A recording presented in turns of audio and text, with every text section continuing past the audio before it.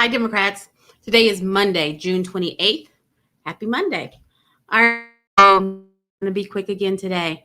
Every day I like to come and talk about bills, electeds, and elections. And so I'm going to join the two right out the bat, bills and electeds. So you know that our legislature ended last month, about a month ago at this point. And so what's supposed to be happening in the summertime is that our legislators are supposed to be having meetings in their districts, working with their constituents and hearing what's important to their constituents, and coming up with bills for the next cycle. They're also supposed to be doing interim studies, which are, here's a thing that people have been talking about. We need to bring in subject matter experts, get some more information, and decide whether or not it's worth a bill, whether or not it's worth pursuing and getting more information. That's what's supposed to happen in their downtime, meeting with constituents in their district and coming up with legislation that their constituents want. So we've been out for a month, and Nathan Dom, Senate District 33, way south Broken Arrow, has already submitted a bill for the next session. And this bill is basically, he wants to lower the age to carry without a permit to 18. So here's the thing. And, and this comes up quite a bit, and I'm a Dem, and so people make assumptions about what I think about firearms. I don't care if you legally have a firearm, meaning that you went through the process for a background check and you bought it through a legal source and it's trackable. Okay, that's fine. I mean, I don't know why everybody needs to have about 5, but that's what the law is. I am, however, frustrated because it seems like we can't do any common sense gun laws, right? It just has to be, I have a right to have my gun. I have a right to do whatever the heck I want to do.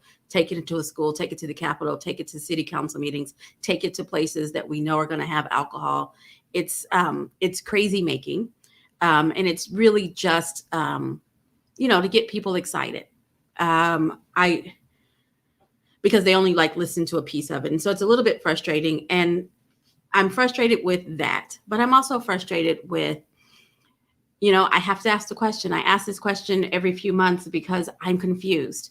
I get up every day and I'm not a legislator, but I'm talking to, everyday Oklahomans all the time. And I don't feel like all of Oklahoma's problems are fixed. Okay. I feel like 24% of Oklahomans still don't have access to reliable, affordable broadband, cutting them off from the rest of the world.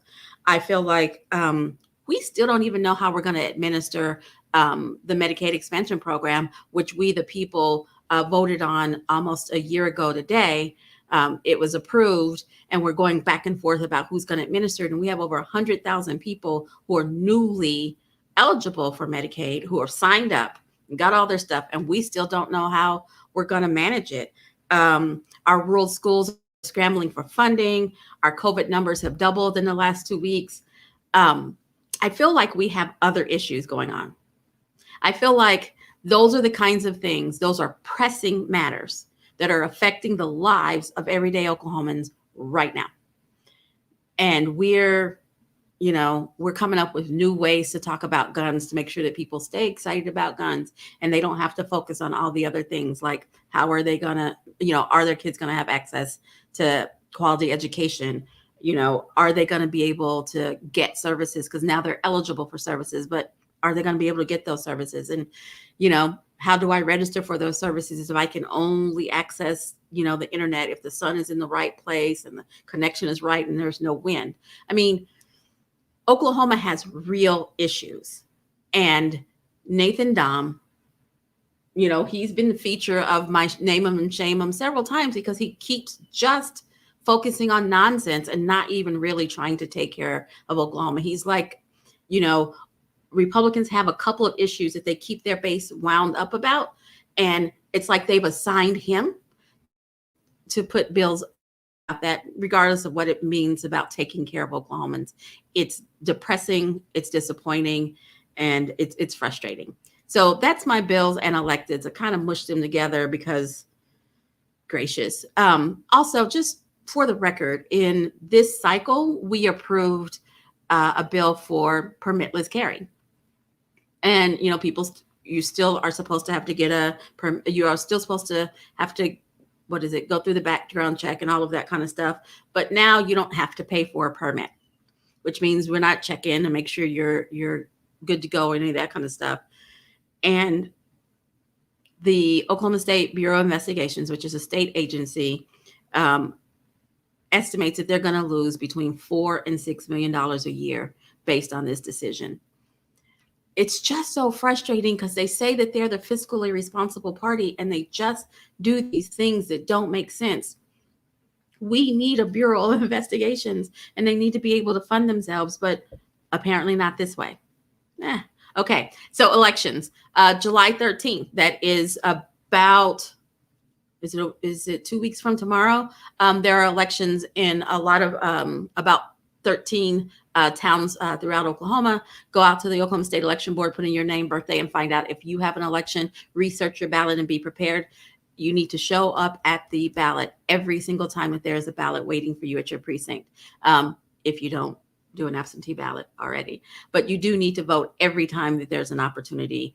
There is no issue that is too small, because they sneak in the stuff that affects us in the back because they think we don't care and because we're not always paying attention. So that's on July 13th. Go out to the State Election Board and find out if you have an election coming up and do what's necessary to make sure that you can vote in that election.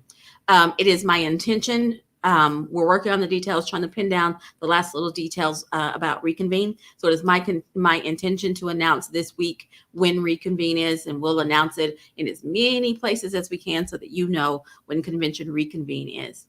So be sure, that's all I have for today. I could go on and on, but I keep it in chunks so that you keep coming back. And I do appreciate that you join me every day at 4:15.